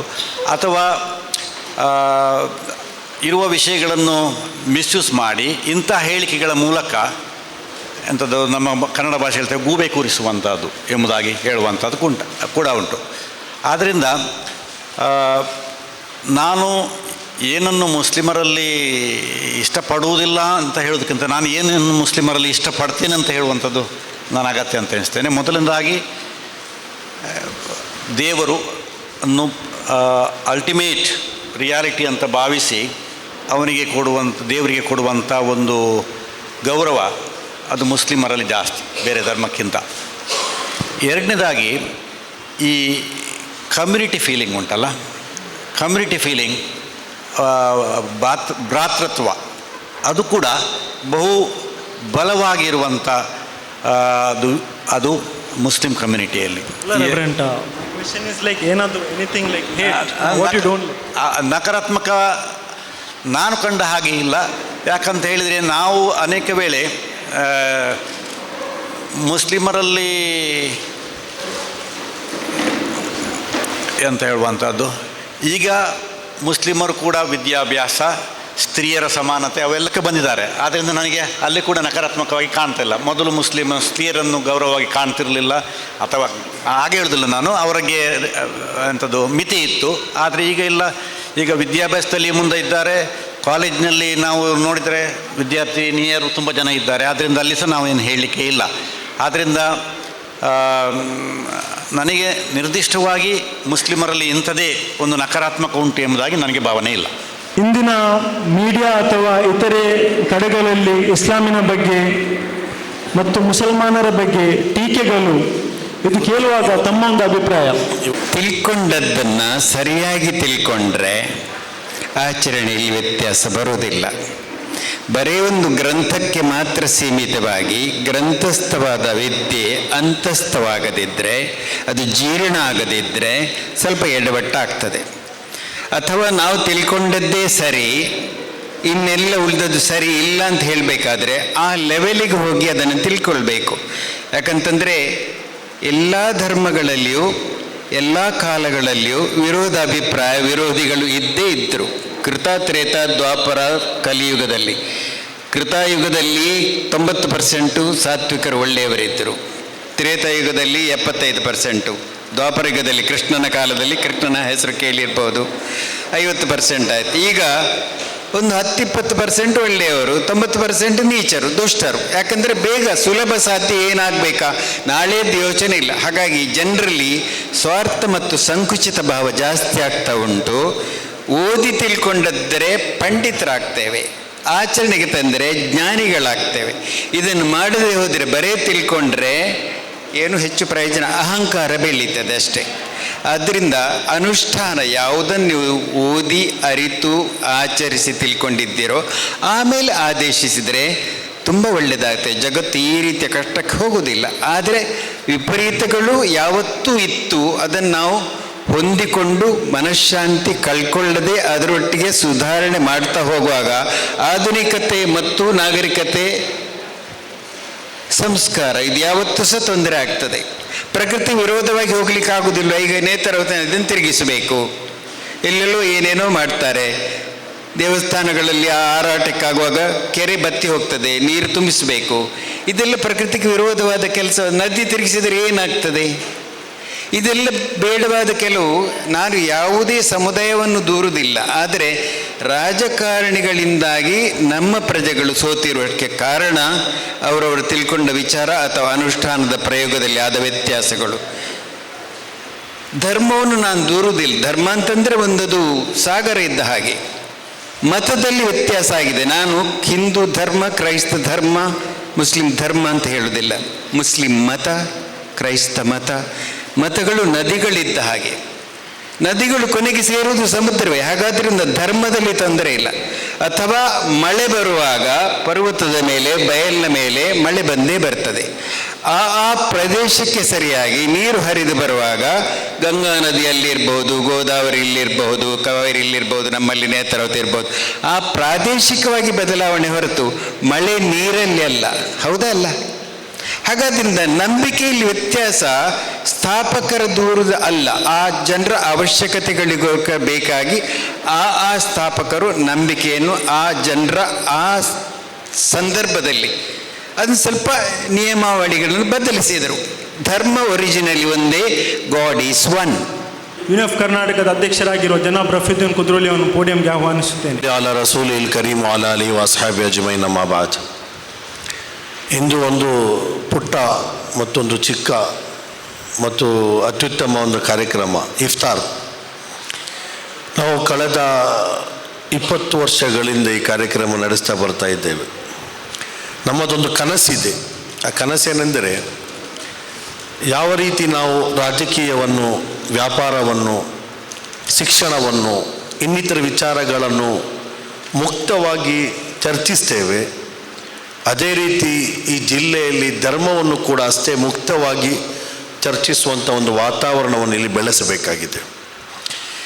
ಈಗ ಈ ಜಿಲ್ಲೆ ಶಾಂತವಾಗಿರುವುದು ನಾವು ಸುಶಿಕ್ಷರಾಗಿರುವುದರಿಂದ ಅಲ್ಲ, ಬದಲಾಗಿ ಇಬ್ಬರು ಆಫೀಸರ್ಗಳಿಂದಾಗಿ. ಇದು ನಾಳೆ ಅವರು ವರ್ಗಾವಣೆಗೊಂಡ್ರೆ ಪುನಃ ಅದೇ ಪರಿಸ್ಥಿತಿಗೆ ಬರ್ತದೆ ಎಂಬ ಒಂದು ಆತಂಕ ನಮ್ಮಲ್ಲಿ ಇದೆ. ಧರ್ಮಗಳ ಕುರಿತು ನಾವು ಅಧ್ಯಯನ ಮಾಡುವಾಗ ನಾವು ಪ್ರತಿಯೊಬ್ಬರು ಮೊದಲು ನಾವು ಅರ್ಥ ಮಾಡಿಕೊಳ್ಳಬೇಕಾಗಿರುವುದು ತಮ್ಮ ಸ್ವಧರ್ಮವನ್ನು. ನಾನು ಇಸ್ಲಾಮಿನ ಬಗ್ಗೆ ಸ್ಪಷ್ಟವಾದಂಥ ತಿಳುವಳಿಕೆ ನನಗೆ ಬೇಕು. ಆಗ ಧರ್ಮದ ಬಗ್ಗೆ ಏನಾದರೂ ಕೇಳಿದರೆ ಅವರಿಗೆ ಉತ್ತರಿಸುವ, ಅದೇ ರೀತಿ ಯಾವುದೇ ತಪ್ಪು ಕಲ್ಪನೆಗಳು ಜನರಿಗೆ ಮೂಡಿದಾಗ ಅದನ್ನು ಬಗೆಹರಿಸಲು ನನಗೆ ಸಾಧ್ಯವಾಗ್ತದೆ. ನಂಬರ್ 2, ನಾನು ಯಾವ ಸಮಾಜದಲ್ಲಿ ಬದುಕ್ತಾ ಇದ್ದೇನೆ ಆ ಸಮಾಜದಲ್ಲಿರುವಂಥ ಧರ್ಮಗಳ ಕುರಿತು ಕೂಡ ನನಗೆ ಜ್ಞಾನ ಇರಬೇಕು. ಆಗ ಈ ಸಮಾಜದಲ್ಲಿ ನಾವು ಯಾವಾಗಲೂ ಹೇಳುವಂಥ ಒಂದು ಮಾತು, ಯೂನಿಯನ್ ಕರ್ನಾಟಕ, ಈ ನಮ್ಮ ಸಂಘಟನೆ ಹೆಸರು ಯೂನಿಯನ್ ಕರ್ನಾಟಕ. ನಾವು ಸೌಹಾರ್ದ ಕಾರ್ಯಕ್ರಮ ಮಾಡುವುದಿಲ್ಲ, ನಾವು ಯಾವ ಎಂದೂ ಕೂಡ ನಾವು ಮಾಡಿಲ್ಲ. ಆದರೆ ನಮ್ಮ ಎಲ್ಲ ಕಾರ್ಯಕ್ರಮಗಳಲ್ಲಿ ಎಲ್ಲ ಧರ್ಮೀಯರು ಸೇರ್ತಾರೆ ಮತ್ತು ಎಲ್ಲ ಧರ್ಮೀಯರನ್ನು ಆಹ್ವಾನ ಮಾಡಿಯೇ ನಾವು ಕಾರ್ಯಕ್ರಮ ಮಾಡೋದು. ಮತ್ತು ಅದೇನು ಸೌಹಾರ್ದತೆ ಅಲ್ವಾ ಅಂತ ಕೇಳ್ತಾರೆ. ಅಲ್ಲ, ಸೌಹಾರ್ದತೆ ಬರಬೇಕಿದ್ರೆ, ಈಗ ಡಾಕ್ಟರ್ ಅವರು ಕೇಳಿದರೆ ಜ್ವರ ಯಾಕೆ ಬರ್ತದೆ? ಜ್ವರವೆಂಬುದು ನಮ್ಮ ಶರೀರದಲ್ಲಿರುವಂಥ ಬಿಸಿ ತಾಪಮಾನಕ್ಕೆ ಹೇಳೋದು ಜ್ವರ. ಈ ಜ್ವರ ಬರಲಿಕ್ಕೆ ಅನೇಕ ಕಾರಣಗಳಿವೆ. ನನ್ನ ಶರೀರದಲ್ಲಿರುವಂತಹ ಕೆಲವು ವಿಚಾರಗಳ ವ್ಯತ್ಯಸ್ತೆಯಿಂದ ಜ್ವರ ಬರ್ತದೆ. ಆದರೆ ಜ್ವರ ಬರಲಿಕ್ಕಾಗಿ ಅನೇಕ ಕಾರಣಗಳಿವೆ. ಈಗ ಕೆಲವರಿಗೆ ಟೈಫಾಯ್ಡ್, ಅದರ ಸಿಂಪ್ಟಮ್ಸ್ ಇರುವ ಕಾರಣಕ್ಕಾಗಿ ಮೈ ಬಿಸಿಯಾಗಿದೆ, ಅಥವಾ ಮಲೇರಿಯಾ ಅದಕ್ಕಾಗಿ ಮೈ ಬಿಸಿಯಾಗಿದೆ, ಅಥವಾ ಆತನಿಗೆ ಕಿಡ್ನಿ ಸಮಸ್ಯೆ ಇದೆ ಅದರಿಂದಾಗಿ ಮೈ ಬಿಸಿಯಾಗಿದೆ, ಆತನಿಗೆ ಕ್ಯಾನ್ಸರ್ ಇದೆ ಅದರಿಂದಾಗಿ ಮೈ ಬಿಸಿಯಾಗಿದೆ. ಮೈ ಬಿಸಿ ಆಗ್ತದೆ, ಆದರೆ ಕಾರಣಗಳು ಬೇರೆ ಬೇರೆ. ಅದೇ ರೀತಿ ನಮ್ಮ ಸಮಾಜದಲ್ಲಿ ಅನೇಕ ಸಮಸ್ಯೆಗಳಿವೆ. ಧಾರ್ಮಿಕ ಸಮಸ್ಯೆ ಅತಿ ದೊಡ್ಡ ಸಮಸ್ಯೆಯಾಗಿ ಮಾರ್ಪಟ್ಟಿರುವುದು ಏಕೆಂದರೆ ಧರ್ಮಗಳು ಆಚರಣೆಗಿಂತ ಮಿಗಿಲಾಗಿ ಚರ್ಚಾ ವಸ್ತುಗಳಾಗಿ ಮಾರ್ಪಟ್ಟಿದೆ. ಇದು ರಾಜಕೀಯ ಪಕ್ಷಗಳ ಸರಕಾಗಿ ಮಾರ್ಪಟ್ಟಿದೆ ಮತ್ತು ಕೆಲವು ಹಿತಾಸಕ್ತರಿಗೆ ಅವರ ಅಧಿಕಾರ ದಾಹದ ಸ್ವತ್ತಾಗಿ ಅದು ಮಾರ್ಪಟ್ಟಿದೆ. ಆದ್ದರಿಂದ ಧರ್ಮವನ್ನು ಧರ್ಮವಾಗಿ ಕಲಿಯುವ, ಧರ್ಮವನ್ನು ಧರ್ಮವಾಗಿ ಅನುಷ್ಠಾನಿಸುವಂತಹ ಒಂದು ವ್ಯವಸ್ಥೆ ನಮ್ಮ ಜಿಲ್ಲೆಯಲ್ಲಿ ಆಗಲೇಬೇಕು. ಅದಕ್ಕಾಗಿ ಕಳೆದ 20 ವರ್ಷಗಳಿಂದ ಯೂನಿಯನ್ ಕರ್ನಾಟಕ ಅದನ್ನು ಮಾಡ್ತಾ ಬರ್ತಾ ಇದೆ. ಮತ್ತು ನಮಗೆ ಎಲ್ಲರಿಗೂ ಹೇಳಲಿಕ್ಕಿರುವುದಂಥ ಬಹಳ ಚಿಕ್ಕ ಸಂದೇಶ, ಇಸ್ಲಾಂ ಅಂದರೆ ಅದು ಈಗ ಕೇರಳ ಆಯಿತು ನಮ್ಮ ವಕೀಲರೊಂದಿಗೆ, ಪ್ರವಾದಿ ಮೊಹಮ್ಮದ್ ಸಲ್ಲಲ್ಲಾಹು ಸ್ಥಾಪಿತಗೊಂಡ ಧರ್ಮ ಎಂಬ ಒಂದು ಹೇಳಿಕೆ ಇದೆ ಅಥವಾ ಒಂದು ನಂಬಿಕೆ ಇದೆ. ನಿಜವಾಗಿ ಅಲ್ಲ. ಯಾವ ಮುಸಲ್ಮಾನ ಕೂಡ ನಂಬುವುದಿಲ್ಲ ಈ ಇಸ್ಲಾಂ ಎಂಬುದು ಪ್ರವಾದಿ ಮೊಹಮ್ಮದ್ ಸಲ್ಲಲ್ಲಾಹು ಸ್ಥಾಪಿತಗೊಂಡಿರುವಂಥ ಧರ್ಮ ಅಲ್ಲವೇ ಅಲ್ಲ. ನಮ್ಮ ನಂಬಿಕೆ ಪ್ರಕಾರ ಇಸ್ಲಾಂ ಈ ಜಗತ್ತಿನ ಆದಿ ಮಾನವ ಹಜರತ್ ಆದಮ್ ಅಲೈಹಿಸ್ಸಲಾಮರ ಧರ್ಮ. ಆ ಬಳಿಕ ಇದು ಪ್ರಾಫೆಟ್ ನೂಹ್ ಅಲೈಹಿಸ್ಸಲಾಮರ ಧರ್ಮ. ಆ ಬಳಿಕ ಇದು ಪ್ರಾಫೆಟ್ ಅಬ್ರಹಾಂರವರ ಧರ್ಮ. ಆ ಬಳಿಕ ಇದು ಪ್ರಾಫೆಟ್ ಮೂಸಸ್ ಅವರ ಧರ್ಮ. ಆ ಬಳಿಕ ಇದು ಪ್ರಾಫೆಟ್ ಜೀಸಸ್ ಅವರ ಧರ್ಮ. ಆ ಬಳಿಕ ಜಗತ್ತಿಗೆ ಬಂದಿರುವಂತಹ ಪ್ರವಾದಿ ಹಜರತ್ ಮೊಹಮ್ಮದ್ ಸಲ್ಲಲ್ಲಾಹು ಅಲೈಹಿ ವಸಲ್ಲಮರ ಧರ್ಮ. ನಮ್ಮ ನಂಬಿಕೆ ಪ್ರಕಾರ, ಪವಿತ್ರ ಕುರ್ಆನ್ನ ಸಂದೇಶದ ಪ್ರಕಾರ ಈ ಜಗತ್ತಿಗೆ ಬಂದಿರುವಂತಹ ಎಲ್ಲ ಪ್ರವಾದಿಗಳ ಧರ್ಮ ಅದು ಇಸ್ಲಾಂ ಆಗಿತ್ತು. ಆದ್ದರಿಂದ ಇಸ್ಲಾಂ ಸ್ಥಾಪನೆಗೊಂಡಿರುವುದು 1500 ವರ್ಷಗಳ ಹಿಂದೆ ಅಲ್ಲ, ಬದಲಾಗಿ ಯಾವಾಗ ಜಗತ್ತಿನಲ್ಲಿ ಮನುಷ್ಯನನ್ನು ಸೃಷ್ಟಿಸಲಾಗಿದೆಯೋ ಅಂದೇ ಈ ದೇವ ಈ ಜಗತ್ತಿಗೆ ಧರ್ಮ ಎಂಬ ನೆಲೆಯಲ್ಲಿ ಇಸ್ಲಾಮನ್ನು ಕೊಟ್ಟಿದ್ದಾನೆ. ಇಸ್ಲಾಂ ಅಂದರೆ ಏನು? ಇಸ್ಲಾಂ ಅಂದರೆ, ಇಸ್ಲಾಂ ಎಂಬ ಪದ ಅದು ಹುಟ್ಟಿರುವುದು ಸಿಲ್ಮ್ ಎಂಬ ಪದದಿಂದ. ಸಿಲ್ಮ್ ಅಂದರೆ ಶಾಂತಿ. ಆದ್ದರಿಂದಲೇ ಮುಸಲ್ಮಾನರು ಪರಸ್ಪರ ಭೇಟಿಯಾದಾಗ ಅಸ್ಸಲಾಮು ಅಲೈಕುಂ ಎಂದು ಹೇಳುತ್ತಾರೆ. ಅಸ್ಸಲಾಮು ಅಲೈಕುಂ ಎಂದು ಹೇಳಿದರೆ ನಿಮ್ಮ ಮೇಲೆ ದೇವನ ಶಾಂತಿ ಇರಲಿ. ಅದಕ್ಕೆ ಉತ್ತರಿಸುವಾಗಲೂ ಕೂಡ ಒಬ್ಬ ಮುಸಲ್ಮಾನ ಮತ್ತೊಬ್ಬ ಮುಸಲ್ಮಾನಿಗೆ ಅಸ್ಸಲಾಮು ಅಲೈಕುಂ ಎಂದು ಹೇಳುತ್ತಾನೆ, ಅಂದರೆ ನಿನ್ನ ಮೇಲೆ ಜಗತ್ ಸೃಷ್ಟಿಕರ್ತನ ಶಾಂತಿ ಇರಲಿ. ಅದಕ್ಕೆ ಉತ್ತರವಾಗಿ ಅವನು ಕೂಡ ಹೇಳುವುದು ವ ಅಲೈಕುಮುಸ್ಸಲಾಂ, ನಿನ್ನ ಮೇಲೂ ಆ ದೇವನ ಶಾಂತಿ ಇರಲಿ. ಅಂದರೆ ನಮಗೆ ಆದೇಶಿಸಲಾಗಿದೆ, ಶಾಂತಿ ಎಂಬುದು ಕೇವಲ ಬರಹಕ್ಕೆ ಸೀಮಿತವಾಗಿರದೆ ಬದುಕಿನ ಅನುಷ್ಠಾನಕ್ಕೆ ಅದು ತರಬೇಕು. ಆದ್ದರಿಂದ ಶಾಂತಿಯ ಸಂದೇಶವನ್ನು ಯಾವಾಗಲೂ ತಾವು ಪರಸ್ಪರ ಭೇಟಿಯಾದಾಗ ಅದನ್ನು ಪರಸ್ಪರ ವಿನಿಮಯ ಮಾಡಿಕೊಳ್ಳಬೇಕು ಎಂಬುದನ್ನು ಆದೇಶಿಸಲಾಗಿದೆ. ಇಸ್ಲಾಂ ಎಂದರೆ ಅದರ ಪದಕ್ಕೆ ಅರ್ಥ ಶಾಂತಿ. ಮತ್ತೊಂದು ಅರ್ಥ ಇದೆ ಇಸ್ಲಾಂಗೆ ಅರ್ಪಣೆ, ಮತ್ತೊಂದು ಅರ್ಥ ಇದೆ ಇಸ್ಲಾಂಗೆ ಶರಣು. ಅಂದರೆ ಒಬ್ಬ ಮುಸಲ್ಮಾನ್ ಆಗಬೇಕಿದ್ದರೆ, ಬಹಳ ಸ್ಪಷ್ಟವಾಗಿ ನಾನು ಹೇಳ್ತೇನೆ, ಒಬ್ಬ ಹಿಂದೂ ಆಗಬೇಕಿದ್ದರೆ ಆತ ಹಿಂದೂ ಫ್ಯಾಮಿಲಿಯಲ್ಲಿ ಹುಟ್ಟಿದರೆ ಸಾಕು, ಆತ ಹಿಂದೂ ಆಗ್ತಾನೆ. ಒಬ್ಬ ಕ್ರೈಸ್ತನಾಗಬೇಕಿದ್ರೆ ಆತ ಕ್ರೈಸ್ತ ಜನಾಂಗದಲ್ಲಿ ಹುಟ್ಟಿದರೆ ಸಾಕು, ಆತ ಕ್ರೈಸ್ತವನಾಗ್ತಾನೆ. ಆದರೆ ಮುಸ್ಲಿಂ ಫ್ಯಾಮಿಲಿಯಲ್ಲಿ, ಮುಸ್ಲಿಂ ಕುಟುಂಬದಲ್ಲಿ ಜನಿಸಿದ ಕಾರಣಕ್ಕಾಗಿ ಯಾರೂ ಕೂಡ ಮುಸಲ್ಮಾನ ಆಗುವುದಿಲ್ಲ. ಜಗತ್ತು ಆತನನ್ನು ಮುಸ್ಲಿಂ ಕುಟುಂಬ, ಮುಸ್ಲಿಂ ವ್ಯಕ್ತಿ, ಮುಸ್ಲಿಂ ಬಾಂಧವ ಎಂದು ಕರೀಬಹುದು.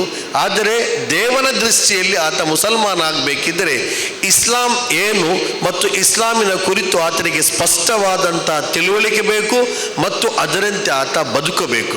ಆದ್ದರಿಂದ ಈಗ ಕನ್ಫ್ಯೂಷನ್ ಅಂದರೆ, ಈಗ ಪ್ರಶ್ನೆ ಕೇಳಲಾಯಿತು, ಯಾವುದರ ಕುರಿತು ತಮಗೆ ಅಷ್ಟು ಇಷ್ಟ ಇಲ್ಲದಂಥ ಮುಸಲ್ಮಾನರ ಬಗ್ಗೆ ಏನು?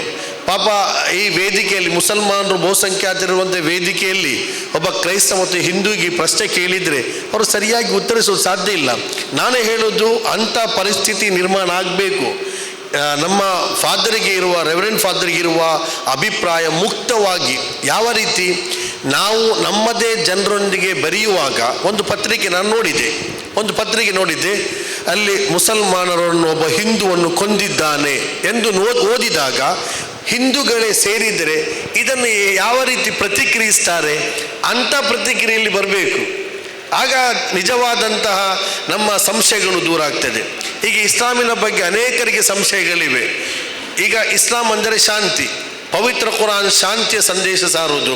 ಮತ್ತೇಕೆ ಮುಸಲ್ಮಾನರು ಬಾಂಬ್ ಸ್ಫೋಟಿಸುತ್ತಾರೆ, ಅವರು ಯುದ್ಧ ಮಾಡುತ್ತಾರೆ, ಅವರು ಕ್ರೂರಿಗಳಾಗಿದ್ದಾರೆ, ಅವರು ಯಾಕೆ ಭಯೋತ್ಪಾದಕರಾಗಿದ್ದಾರೆ ಎಂಬೊಂದು ಪ್ರಶ್ನೆ ಇದೆ.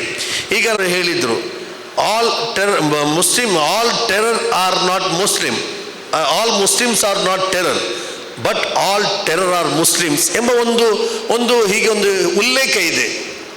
ಮತ್ತು ಅದನ್ನು ಫಾದರ್ ಒಪ್ಪುವುದಿಲ್ಲ, ಮತ್ತು ಅದೇ ರೀತಿ ನಮ್ಮ ಇವರು ಒಪ್ಪುವುದಿಲ್ಲ. ಆದರೆ ಅನೇಕರು ಒಪ್ತಾರೆ. ಸರಿ, ಇದು ಜಗತ್ತಿನಲ್ಲಿ ಸುಮಾರು 180 ಕೋಟಿ ಮುಸಲ್ಮಾನರಿದ್ದಾರೆ. ಜಗತ್ತಿನಲ್ಲಿ ಅತಿ ಹೆಚ್ಚು ಮುಸಲ್ಮಾನರು ಇರುವ ದೇಶ ಭಾರತ. ಇಂಡೋನೇಷ್ಯಾದಲ್ಲಿ 25 ಕೋಟಿ, ಭಾರತದಲ್ಲಿ ಸುಮಾರು 30 ಕೋಟಿಯಷ್ಟು ಮುಸಲ್ಮಾನರಿದ್ದಾರೆ. ಅಂದರೆ ಜಗತ್ತಿನಲ್ಲಿ ಅತಿ ಹೆಚ್ಚು ಮುಸಲ್ಮಾನರು ಇರುವುದು ಭಾರತದಲ್ಲಿ.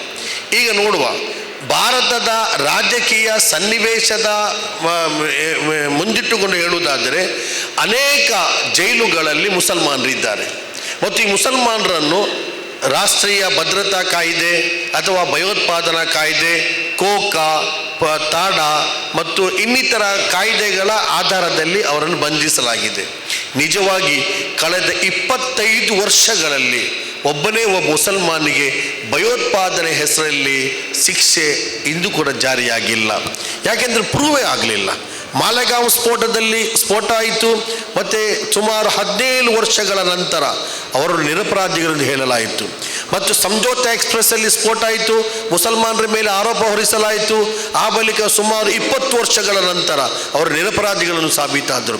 ಎಲ್ಲ ಅಧಿಕಾರ ಅವರಲ್ಲಿತ್ತು, ಪೊಲೀಸ್ ಅಲ್ಲಿತ್ತು, ಎಲ್ಲ ಮೀಡಿಯಾಗಳಿದ್ದವು, ಸರ್ಕಾರಗಳಿದ್ದವು. ಆದರೂ ಕೂಡ ಆರೋಪವನ್ನು ಅವರಿಗೆ ಸಾಬೀತುಪಡಿಸಲು ಸಾಧ್ಯವಿಲ್ಲ ಎಂದಾದರೆ ಇಂತಹ ಅನೇಕ ಸುಳ್ಳು ಆರೋಪಗಳ ಮೂಲಕ ಜನರನ್ನು ಬಂಧಿಸಿ ಅದನ್ನು ಧರ್ಮಕ್ಕೆ ಸಮೀಕರಿಸುವಂಥ ಪ್ರಯತ್ನ ಮಾಡಿದಾಗ ಮುಸಲ್ಮಾನರು ಕೆಟ್ಟವರು, ಅವರು ಕೆಟ್ಟವರಾಗಲು ಕುರ್ಆನ್ ಕಾರಣ ಮತ್ತು ಇಸ್ಲಾಂ ಕಾರಣ ಎಂಬ ಈ ರೀತಿಯ ಬೊಬ್ಬೆ ಸಮಾಜದ ಮುಂದಿಟ್ಟಾಗ ಎಲ್ಲರೂ ಭಾವಿಸುವುದು ಹಾಗೆ. ಕೆಲವೊಮ್ಮೆ ಸಂಶಯ ಬರ್ತದೆ, ಆಗಿರಲೂಬಹುದು. ಯಾಕೆಂದರೆ ಹರಿಯಾಣದಲ್ಲಿ ಬಂಧಿಸಲ್ಪಟ್ಟಿರುವವರು ಮುಸಲ್ಮಾನರು, ಪಂಜಾಬಲ್ಲಿ ಬಂಧಿಸಲ್ಪಟ್ಟಿರುವವರು ಮುಸಲ್ಮಾನರು, ಗುಜರಾತಲ್ಲಿ ಬಂಧಿಸಲ್ಪಟ್ಟಿರುವವರು ಮುಸಲ್ಮಾನರು. ಎಲ್ಲ ಮುಸಲ್ಮಾನರ ಹೆಸರು ಏಕೆ ಬರ್ತದೆ? ಯಾಕೆಂದರೆ ಮುಸಲ್ಮಾನರಲ್ಲಿ ಅಂತಹ ಒಂದು ಶೀಲ, ಸ್ವಭಾವ, ಗುಣ ಇದೆ ಎಂಬ ಕಾರಣಕ್ಕಾಗಿ. ನಾನು ಒಂದು ವಿಚಾರ ಬಹಳ ಸೂಕ್ಷ್ಮವಾಗಿ ಹೇಳ ಬಯಸ್ತೇನೆ. ನಮ್ಮ ಸಮಾಜದಲ್ಲಿ, ಈಗ ನಾವು ಬದುಕುವಂಥ ಸಮಾಜದಲ್ಲಿ, ಮಂಗಳೂರಿನ ಸಮಾಜದಲ್ಲಿ ನಾವು ಬದುಕುವಾಗ ನಮ್ಮ ನೆರೆಯಲ್ಲಿ ಅನೇಕ ಮುಸಲ್ಮಾನರು ಇರ್ತಾರೆ. ಅವರಿಗೆ ತಮ್ಮೊಂದಿಗೆ ಸಂಬಂಧ ಇರ್ತದೆ, ನಿಕಟವಾದಂಥ ಸಂಬಂಧ ಇರ್ತದೆ. ತಾವು ಅರ್ಥ ಮಾಡಿಕೊಳ್ಬೇಕು, ಅವರಲ್ಲಿ ಎಷ್ಟು ಮಂದಿಯವರು ಭಯೋತ್ಪಾದನೆ ಹೆಸರಲ್ಲಿ ಬಂಧಿಸಲಾಗಿದೆ, ಯಾರಿಗೂ ಇಲ್ಲ. ಮತ್ತು ಮುಸಲ್ಮಾನರು ಬಹು ಪತಿತ್ವ ಇರುವವರು, ನಮ್ಮ ಹಿಂದೂಗಳ ನೆರೆಯಲ್ಲಿರುವಂಥ ಮುಸಲ್ಮಾನರಲ್ಲಿ ಎಷ್ಟು ಮಂದಿ ಬಹುಪತಿತ್ವವಾದಿಗಳಾಗಿದ್ದಾರೆ ಮತ್ತು ಬಹುಪತಿತ್ವ ಹೊಂದುವವರಾಗಿದ್ದಾರೆ, ಯಾರೂ ಸಿಗಲಿಕ್ಕೆ ಸಾಧ್ಯ ಇಲ್ಲ. ಇದಕ್ಕಿಂತ ಮುಂಚೆ ಇದೇ ರೀತಿಯ ಒಂದು ಸಂವಾದ ಕಾರ್ಯಕ್ರಮದಲ್ಲಿ ಪ್ರಶ್ನೆ ಎತ್ತಲಾಯಿತು. ಈ ಲವ್ ಜಿಹಾದ್, ಮುಸಲ್ಮಾನರು ಹಿಂದೂ ಹುಡುಗಿಯರನ್ನು ಬಲೆಗೆ ಬೀಸಲಿಕ್ಕಾಗಿ ಲವ್ವಿನ ಒಂದು ಹೊರಾಂಗಣ ಹೊತ್ತುಕೊಂಡು ಅವರು ಲವ್ ಮಾಡ್ತಾರೆ, ಆ ಬಳಿಕ ಅವರು ಧರ್ಮಕ್ಕೆ ಮತಾಂತರಗೊಳಿಸುವುದು ಲವ್ ಜಿಹಾದ್. ಈ ಬಗ್ಗೆ ಕೇರಳ ಸರ್ಕಾರ ಒಂದು ಆಯೋಗವನ್ನು ರಚಿಸಿತು. ಆಯೋಗವನ್ನು ರಚಿಸಿ ಇಡೀ ಕೇರಳದಲ್ಲಿ, ಯಾಕೆಂದರೆ ಹೆಚ್ಚಿನವರಿಗೆ ದೃಷ್ಟಿ ಇರುವುದು ಕೇರಳದಲ್ಲಿ, ಅಲ್ಲಿ ಮುಸಲ್ಮಾನರು ಸುಮಾರು 28% ಇದ್ದಾರೆ. ನಮ್ಮ ಈ ರಾಜ್ಯದಲ್ಲಿ ನಾವು 16% ಇದ್ದೇವೆ, ಪಕ್ಕದ ರಾಜ್ಯದಲ್ಲಿ ನಾವು 26% ಇದ್ದೇವೆ. 26% ಇರುವಂತಹ ಮತ್ತು ಎಲ್ಲ ಕಡೆಗಳಲ್ಲಿ ಮುಸಲ್ಮಾನರು ಆಧಿಪತ್ಯ ತೋರುವಂಥ ಒಂದು ರಾಜ್ಯದಲ್ಲಿ ಖಂಡಿತವಾಗಿ ಮುಸಲ್ಮಾನರು ಈ ಅಪರಾಧ ಮಾಡ್ತಾರೆ. ಅದಕ್ಕಾಗಿ ಅಲ್ಲಿಯ ಸರ್ಕಾರ ಒಂದು ಆಯೋಗವನ್ನು ಸೃಷ್ಟಿಸಿತು. ಈ ಆಯೋಗ ಅಲ್ಲಿಯ IG ಕೊಟ್ಟಂಥ ಹೈಕೋರ್ಟ್ಗೆ ಉತ್ತರ ಅಂದರೆ, ಇಡೀ ಕೇರಳದಲ್ಲಿ ನಮಗೆ ಒಂದೇ ಒಂದು ಪ್ರಕರಣ ಲವ್ ಜಿಹಾದ್ ಸಿಗಲೇ ಇಲ್ಲ ಅಂತ. ಅಂದರೆ ಇದು ಆರೋಪಗಳು ಮಾತ್ರ, ವಾಸ್ತವಿಕತೆ ಬಹಳಷ್ಟು ದೂರ ಇದೆ. ಈಗ ಒಬ್ಬ ಹುಡುಗ ಒಬ್ಬ ಹುಡುಗಿಯನ್ನು ಪ್ರೀತಿಸುವುದಾದರೆ ಅದಕ್ಕೆ ನಾವು ಲವ್ ಹೇಳ್ತೇವೆ. ಅಲ್ಲಿ ಧರ್ಮ ಬರುವುದಿಲ್ಲ, ಅಲ್ಲಿ ಸಮಾಜ ಬರುವುದಿಲ್ಲ, ಅಲ್ಲಿ ಪ್ರದೇಶಗಳು ಬರುವುದಿಲ್ಲ. ಇಂಡೋನೇಷ್ಯಾದ ಹುಡುಗಿಯೊಂದಿಗೆ ಭಾರತದ ಹುಡುಗ ಮದುವೆ ಆಗ್ತಾನೆ, ಅಲ್ಲಿ ಭೌಗೋಳಿಕವಾದಂಥ ರೇಖೆಗಳು ಕೂಡ ಅಡ್ಡ ಬರುವುದಿಲ್ಲ. ಪ್ರೀತಿಗೆ ಇದು ಯಾವುದೂ ಕೂಡ ಇರುವುದಿಲ್ಲ. ಆದರೆ ಆ ಪ್ರೀತಿಗೂ ಕೂಡ ಧರ್ಮಲೇಪನ ಮಾಡಿ ಸಮಾಜವನ್ನು ಕಲುಷಿತಗೊಳಿಸುವಂಥ ಪ್ರಯತ್ನ ಮಾಡುವ ಮಧ್ಯದಲ್ಲಿ ನಾವು ಹೇಳ ಬಯಸ್ತೇವೆ, ಧರ್ಮವನ್ನು ಧರ್ಮವಾಗಿ ಇರಲು ಬಿಡಿ, ಧರ್ಮವನ್ನು ಅರಿಯುವಂಥ ಕೆಲಸವನ್ನು ಮಾಡಿ. ಇಸ್ಲಾಂ ಇಂತಹ ಯಾವುದೇ ಹೇಯ ಕೃತ್ಯಗಳನ್ನು ಪ್ರೋತ್ಸಾಹಿಸುವುದಿಲ್ಲ. ಲಾ ಇಕ್ರಾಹ ಫಿದ್ದೀನ್, ಇಸ್ಲಾಮಿನಲ್ಲಿ ಬಲವಂತತೆ ಇಲ್ಲ. ಇಸ್ಲಾಮಿನಲ್ಲಿ ಯಾರನ್ನು ಕೂಡ ಬಲಾತ್ಕಾರವಾಗಿ ಧರ್ಮಕ್ಕೆ ಕರೆತರಬೇಕೆಂಬ ಯಾವುದೇ ರೀತಿಯ ಅವಕಾಶವನ್ನು ಇಸ್ಲಾಂ ನೀಡುವುದಿಲ್ಲ.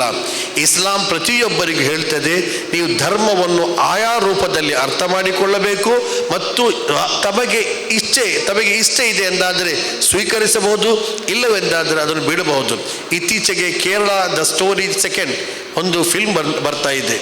ಈಗ ತಾತ್ಕಾಲಿಕ ತಡೆ ಅದಕ್ಕೆ ಹೇರಲಾಗಿದೆ, ಅಲ್ಲಿ ರಿಲೀಸ್ ಆಗಿದೆ. ಈಗ ಅದರಲ್ಲಿ ಮುಸಲ್ಮಾನರ ಕುರಿತು ಬಹಳ ಹೇಯವಾಗಿ ಚಿತ್ರೀಕರಿಸಲಾಗಿದೆ. ಆ ಬಳಿಕ ಒಂದು ರಿಪೋರ್ಟ್ ಬಂತು, ಅಲ್ಲಿ ಎಷ್ಟು ಮಂದಿ ಇತರ ಧರ್ಮಕ್ಕೆ ಮತಾಂತರಗೊಂಡಿದ್ದಾರೆ ಕೇರಳದಲ್ಲಿ. ಆಗ ಗೊತ್ತಾಯಿತು 2025ರಲ್ಲಿ ಸುಮಾರು 260 ಮಂದಿ ಹಿಂದೂ ಧರ್ಮಕ್ಕೆ ಮತಾಂತರಗೊಂಡಿದ್ದಾರೆ. ಅತಿ ಹೆಚ್ಚು ಮತಾಂತರಗೊಂಡಿರುವುದು ಹಿಂದೂ ಧರ್ಮಕ್ಕೆ, ಇಸ್ಲಾಮಿಗೆ ಮತಾಂತರಗೊಂಡದ್ದಲ್ಲ, ಕ್ರೈಸ್ತ ಧರ್ಮಕ್ಕೆ ಮತಾಂತರಗೊಂಡದ್ದಲ್ಲ. ಅಂದರೆ ಜನರು ಅವರ ನೈಜ ಧರ್ಮ ಬಿಟ್ಟು ಹಿಂದೂ ಧರ್ಮಕ್ಕೆ ಹೋಗಿದ್ದಾರೆ. ಆದರೆ ಎಂದೂ ಕೂಡ ಮುಸಲ್ಮಾನರು ಕ್ಷೋಭೆ ಸೃಷ್ಟಿಸುವುದಿಲ್ಲ. ಯಾಕೆಂದರೆ ಪ್ರತಿಯೊಬ್ಬರಿಗೂ ಆಯ್ಕೆಯ ಸ್ವಾತಂತ್ರ್ಯ ಇದೆ. ಈ ಆಯ್ಕೆಯ ಸ್ವಾತಂತ್ರ್ಯವನ್ನು ಇಟ್ಟುಕೊಂಡು ನಾವು ಸಮಾಜದಲ್ಲಿ ಬದುಕಬೇಕಾಗಿದೆ. ನಾನು ನನ್ನ ಮುಸ್ಲಿಮೇತರ ಬಾಂಧವರಿಗೆ ಹೇಳೋದು, ನೀವು ಕುರ್ಆನನ್ನು ಅಧ್ಯಯನ ಮಾಡಬೇಕು. ಯಾಕೆಂದರೆ ಯಾವ ಆರೋಪಗಳನ್ನು ಕುರ್ಆನಿನ ಮೇಲೆ ಹೊರಿಸಲಾಗಿದೆ ಅದು ಸುಳ್ಳು ಎಂದು ನಾನು ಹೇಳಿದರೆ ತಮಗೆ ಅರ್ಥವಾಗುವುದಿಲ್ಲ. ತಾವೇ ಅದನ್ನು ಓದಬೇಕು. ಅದರಲ್ಲಿ ಎಷ್ಟು ನೈಜತೆ ಇದೆ, ಎಷ್ಟು ವಾಸ್ತವಿಕತೆ ಇದೆ ಎಂಬುದನ್ನು ಅರ್ಥ ಮಾಡಿಕೊಂಡಾಗ ಈ ಜನರು ಪ್ರಚುರಪಡಿಸುವಂತಹ ಸುಳ್ಳಾರೋಪಗಳು ಸುಳ್ಳು ಎಂದು ತಮಗೆ ಬಿಂಬಿತವಾಗ್ತದೆ. ಮತ್ತು ಪ್ರವಾದಿ ಮುಹಮ್ಮದ್ ಸಲ್ಲಲ್ಲಾಹು ಅಲೈಹಿ ವಸಲ್ಲಂ ಈ ಜಗತ್ತಿಗೆ ಬಂದಿರುವಂತಹ ಜಗತ್ತಿನ ಕೊನೆಯ ಪ್ರವಾದಿಯಾಗಿದ್ದಾರೆ. ಈ ಪ್ರವಾದಿಗಿಂತ ಮುಂಚೆ ಅನೇಕ ಪ್ರವಾದಿಗಳು ಬಂದಿದ್ದರು. ಮತ್ತು ಆ ಪ್ರವಾದಿಯ ಶೃಂಖಲೆಯಲ್ಲಿ ಬಂದಿರುವಂಥ ಕೊನೆಯ ಪ್ರವಾದಿ ಮುಹಮ್ಮದ್ ಸಲ್ಲಲ್ಲಾಹು ಅಲೈಹಿ ವಸಲ್ಲಂ. ನಮ್ಮ ನಂಬಿಕೆ ಏನೆಂದರೆ, ಪ್ರವಾದಿ ಬರುವಾಗ ಜಗತ್ತಿನಲ್ಲಿ ಯಾರೂ ಕೂಡ ಮುಸಲ್ಮಾನ ಇರಲಿಲ್ಲ. ಪ್ರವಾದಿಗಳು ತನ್ನ ಸಂದೇಶವನ್ನು, ದೈವಿಕ ಸಂದೇಶವನ್ನು ಜನಕ್ಕೆ ಬೋಧಿಸಿದರು. ಆ ಪ್ರವಾದಿಯನ್ನು ಅಂಗೀಕರಿಸಿದವರು ಮುಸಲ್ಮಾನರೆಂದು ಕರೆಯಲ್ಪಟ್ಟರು. ಇಂದು ಕೂಡ ಇಸ್ಲಾಮಿನ ವಾದ ಏನೆಂದರೆ ಪ್ರವಾದಿ ಮುಹಮ್ಮದ್ ಸಲ್ಲಲ್ಲಾಹು ಅಲೈಹಿ ವಸಲ್ಲಂ ಮನುಷ್ಯರ ಪ್ರವಾದಿ, ಪ್ರವಾದಿ ಮುಹಮ್ಮದ್ ಸಲ್ಲಲ್ಲಾಹು ಅಲೈಹಿ ವಸಲ್ಲಂ ಮಾನವನ ಪ್ರವಾದಿ, ಮನುಕುಲದ ಪ್ರವಾದಿ, ನಿರ್ದಿಷ್ಟ ಜಾತಿ ಮತ್ತು ಜನಾಂಗದ ಪ್ರವಾದಿ ಎಲ್ಲ. ಆದುದರಿಂದ ಈ ಪ್ರವಾದಿ ಹಿಂದೂಗಳ ಪ್ರವಾದಿಯೂ ಹೌದು, ಈ ಪ್ರವಾದಿ ಕ್ರೈಸ್ತರ ಪ್ರವಾದಿಯೂ ಹೌದು, ಈ ಪ್ರವಾದಿ ಇತರ ಧರ್ಮೀಯರ ಪ್ರವಾದಿಯೂ ಹೌದು.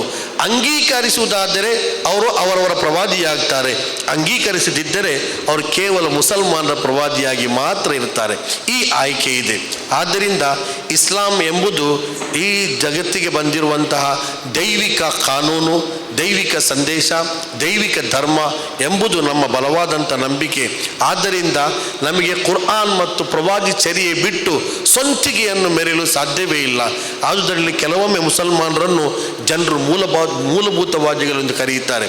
ನಿಜವಾಗಿ ಮೂಲಭೂತವಾದ ಅಲ್ಲ, ಬದಲಾಗಿ ನಾನು ಅನುಸರಿಸುವಂತಹ, ನಾನು ನಂಬುವಂಥ ಧರ್ಮವನ್ನು ಅನುಷ್ಠಾನಿಸುವಾಗ ಕೆಲವರಿಗೆ ಮೂಲಭೂತವಾದಿಗಳಾಗಿ ಕಾಣ್ತಾರೆ. ಒಂದು ಚಿಕ್ಕ ಉದಾಹರಣೆ ಹೇಳಿ ನನ್ನ ಮಾತನ್ನು ಮುಗಿಸ್ತಾ ಇದ್ದೇನೆ. ಈಗ ನಾನು ಗಡ್ಡ ಇಟ್ಟಿದ್ದೇನೆ, ಯಾಕೆ ನನ್ನ ಪ್ರವಾದಿ ಗಡ್ಡ ಇಡಲಿಕ್ಕೆ ಹೇಳಿದರು, ನಾನು ಗಡ್ಡ ಇಟ್ಟಿದ್ದೇನೆ.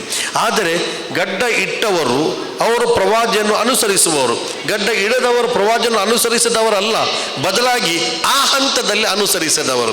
ಆದರೆ ಜಗತ್ತಿಗೆ ಕಾಣುವಾಗ ಇವನು ಗಡ್ಡಧಾರಿಯಾಗಿದ್ದಾನೆ, ಈತ ಮೂಲಭೂತವಾದಿ, ಯಾಕೆಂದರೆ ಈತ ಕಟ್ಟಾ ಪ್ರವಾದಿ ಅನುಯಾಯಿ.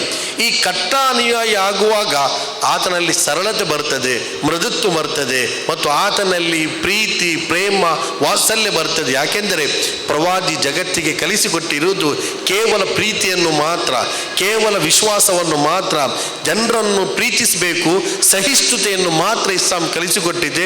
ಆದ್ದರಿಂದ ಗಡ್ಡಧಾರಿ ಜನರಲ್ಲಿ ಇರುವಷ್ಟು ಪ್ರೀತಿ ಗಡ್ಡ ಇಲ್ಲದವರಲ್ಲಿ ಇರಬೇಕೆಂದು ಇಲ್ಲ. ಯಾಕೆಂದರೆ ಪ್ರವಾದಿಯ ಅನುಕರಣೆ ಮಾಡುವಾಗ ನಮ್ಮಲ್ಲಿ ಎರಡು ವಿಧದ ಜನರಿರುವಾಗ ಜನರಿಗೆ ಕಾಣುವುದು ಹೇಗೆ ಅಂದರೆ ಇವನು ಧರ್ಮಿಷ್ಠ, ಆದ್ದರಿಂದ ಈತ ಕ್ರೂರಿಯಾಗಿರಬಹುದು ಅಂತ ಒಂದು ಚಿತ್ರಣ ಇಲ್ಲಿ ಇದೆ.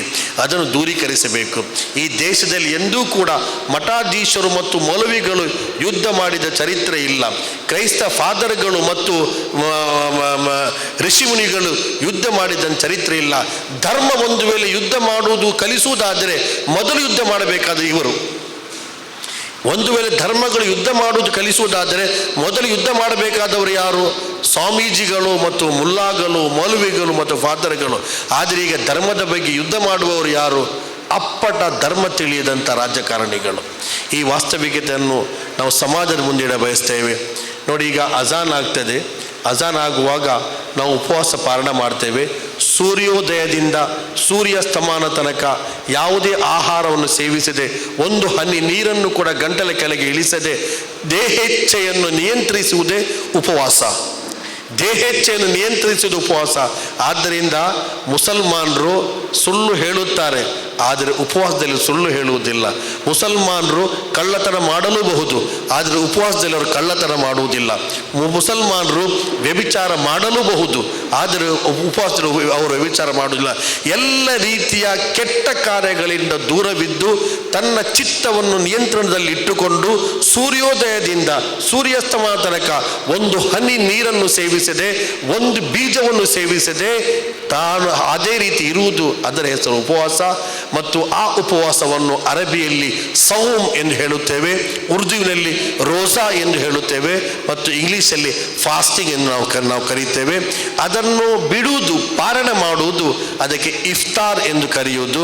ಆದ್ದರಿಂದ ಎಲ್ಲಿಯಾದರೂ ಇಫ್ತಾರ್ ಎಂದು ಬೋರ್ಡ್ ಕಂಡ್ರೆ ಭಾವಿಸಬೇಕು ಅಲ್ಲಿ ಉಪವಾಸ ಪಾರಣೆಯ ಕಾರ್ಯಕ್ರಮ ಇದೆ ಎಂಬುದು. ಈ ಜಗತ್ ಸೃಷ್ಟಿಕರ್ತ ನಮ್ಮೆಲ್ಲರನ್ನು ಅನುಗ್ರಹಿಸಲಿ. ಇನ್ನೂ ಹೆಚ್ಚು ಸೌಹಾರ್ದಯುತವಾದಂಥ ಬದುಕಿಗಾಗಿ ಸಹಿಷ್ಣು ಸಮಾಜ ಇಲ್ಲಿ ನಿರ್ಮಾಣ ಆಗಲಿ. ಪರಸ್ಪರ ಧರ್ಮವನ್ನು ಅರಿಯುವಂಥ ಒಂದು ಹೊಸ ಸುಪ್ರಭಾತ ಈ ದೇಶ ಕಾಣಲಿ. ವಿಶೇಷವಾಗಿ ನಮ್ಮ ಜಿಲ್ಲೆ ಅದು ಪ್ರಶಾಂತ ಮತ್ತು ಶಾಂತ ಜಿಲ್ಲೆಯಾಗಿ ಮಾರ್ಪಡಲಿ. ಅಸ್ಸಲಾಮು ಅಲೈಕುಂ. ಧನ್ಯವಾದಗಳು. ಅಧ್ಯಕ್ಷ ಭಾಷಣ ಮಾಡಿದ ಯೂನಿಯನ್ ಆಫ್ ಕರ್ನಾಟಕ ಇದರ ಅಧ್ಯಕ್ಷರಾಗಿರುವ ಜನಾಬ್ ರಫೀದ್ದೀನ್ ಕುದ್ರೋಳಿ ಅವರಿಗೆ. ಎರಡನೆಯಾಗಿ ನೋಡಿದರೆ ಅದರ ಅರ್ಥ ಅಪೂರ್ಣವಾಗುತ್ತದೆ. ಅದು ಸಹನೆ, ಸಂಯಮ, ಹಂಚಿಕೆ, ದಯೆ ಮತ್ತು ಸೌಹಾರ್ದತೆಯ ಸಂಕೇತ. ಉಪವಾಸ ತೊರೆಯ ಒಂದು ಕ್ಷಣ ಸಮಾಜವನ್ನು ಜೋಡಿಸುವ ಶಕ್ತಿಯಾಗಬಹುದು ಎಂಬುದನ್ನು ಇಫ್ತಾರ್ ನಮಗೆ ಮತ್ತೆ ಮತ್ತೆ ನೆನಪಿಸುತ್ತದೆ.